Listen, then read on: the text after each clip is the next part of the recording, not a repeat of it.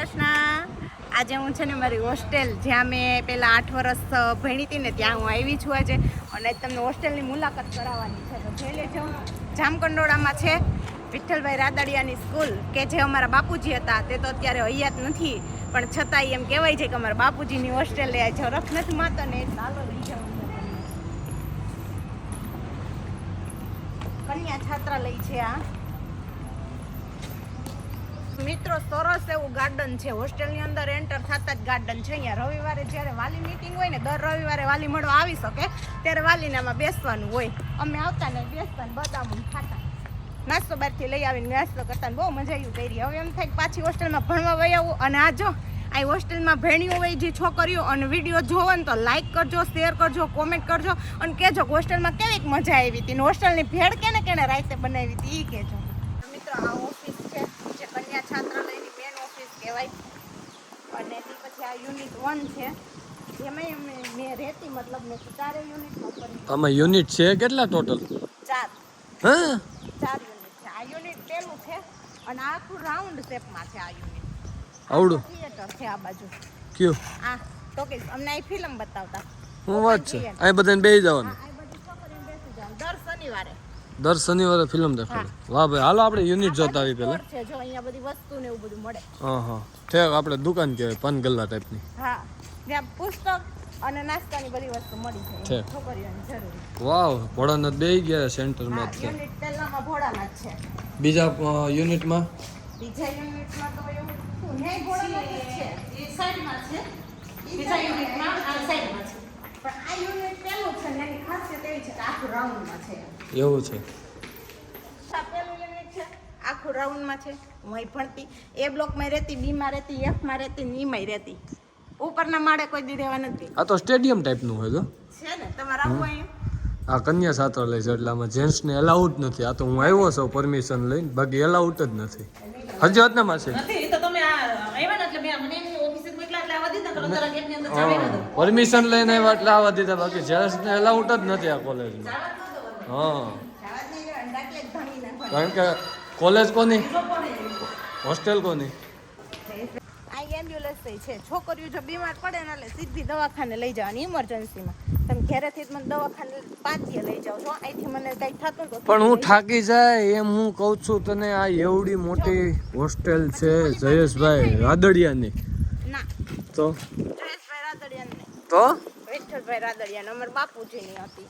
એ હા, તમારા બાપુજી એવા માનનીય ખેડૂત નેતૃત્વ ધરાવતા છોટે સરદાર કહેવાતા એવા વિઠ્ઠલભાઈ હસરાજભાઈ રાદડિયાની આ હોસ્ટેલ છે.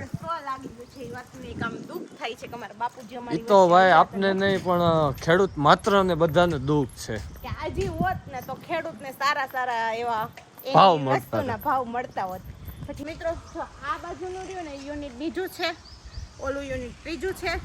અને હા જો આમ કલરિંગ દેખાય વ્હાઈટ કલરનું. હા, ઈ યુનિટ ચોથું છે. ઈ ત્રણેયની વચ્ચે ગાર્ડન છે અને પાછળ સ્વિમિંગ પુલ છે 2.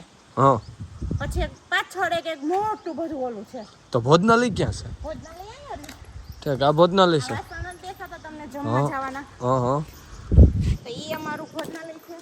અહીંયા અંદર રસોઈ બને, અંદરે બેસવાની વ્યવસ્થા છે અને બહાર ડાઇનિંગ ટેબલ ઉપર પણ બેસીને જમી શકો.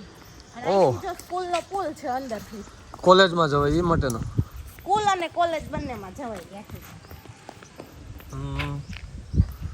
આ તો ઓલો હાકડો પુલ કેવો, ઓલો હાંઢિયો પુલ કેવો? ઠીક, એવું છે. વાહ, સરસ, ગમ્યો, મને આનંદ આવ્યો કે એક દિના સમયે ભાવ આવડી મોટી હોસ્ટેલમાં ભણતી. હે 8 વર્ષ તને અહીંયા હાઈસવી? તો ધન્યવાદ દેવો પડે આ કોલેજને અને આ હોસ્ટેલને કે આને 8 વર્ષ સાચવી થઈ ગઈ. હું તો 4-5 વર્ષમાં થાકી ગયો. હોસ્ટેલ જોઈને તો બહુ મજા આવી ગઈ મને, કારણ કે આવડી હોસ્ટેલ, હું હોસ્ટેલમાં ભણતો પણ આવડી મોટી હોસ્ટેલ નહીં, નાની એવી.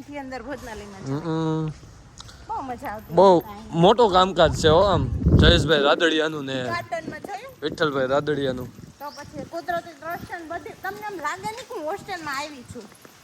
આ તો આપણે ઓલી બાજુ આવ્યા કે નહીં પાછા આમ રાઉન્ડ ફરીને? રાઉન્ડ ફરી ગયા આપણે ફટાફટ. હા ભાઈ વાહ, વિશાળ એવા ઝાડવાઓ છે